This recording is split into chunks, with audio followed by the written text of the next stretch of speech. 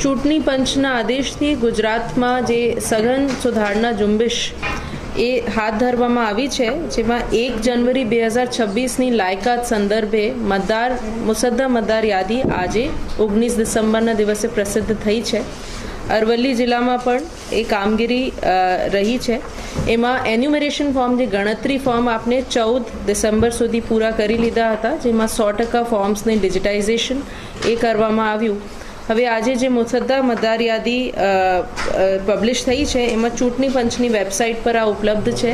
જિલ્લા ચૂંટણી અધિકારી, મતદાર નોંધણી અધિકારી, મદદનીશ મતદાર નોંધણી અધિકારીઓ શ્રીની કચેરીમાં પણ આ પબ્લિશ રહેશે.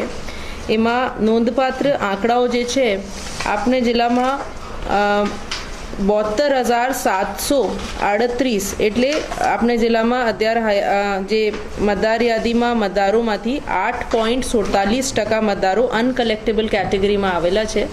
અનકલેક્ટેબલ એટલે જે મતદાર મરણ પામેલ છે 27,133, 35,833 સ્થાનાંતર થયેલા, ડુપ્લિકેટ જેમનું નામ છે એ 5,317, 4,142 ગેરહાજર મતદારો અને 1,313 અન્ય કેટેગરીમાં એવા અનકલેક્ટેબલ 72,000 જેટલા મતદારોનું નામ એમાંથી કમી થયું છે. હવે આજથી જે ફેઝ ચાલુ થાય છે, એમાં ક્લેમ્સ એન્ડ ઓબ્જેક્શન્સ પીરિયડ છે. એટલે એમાં કોઈ વાંધા સૂચન રજૂ કરવા હોય મતદારોને તો એ મતદાર નોંધણી અધિકારી, મદદનીશ મતદાર નોંધણી અધિકારીની કચેરીમાં રજૂ કરી શકે છે 18 જનવરી 2026 સુધી. 19 જનવરી 2026થી અને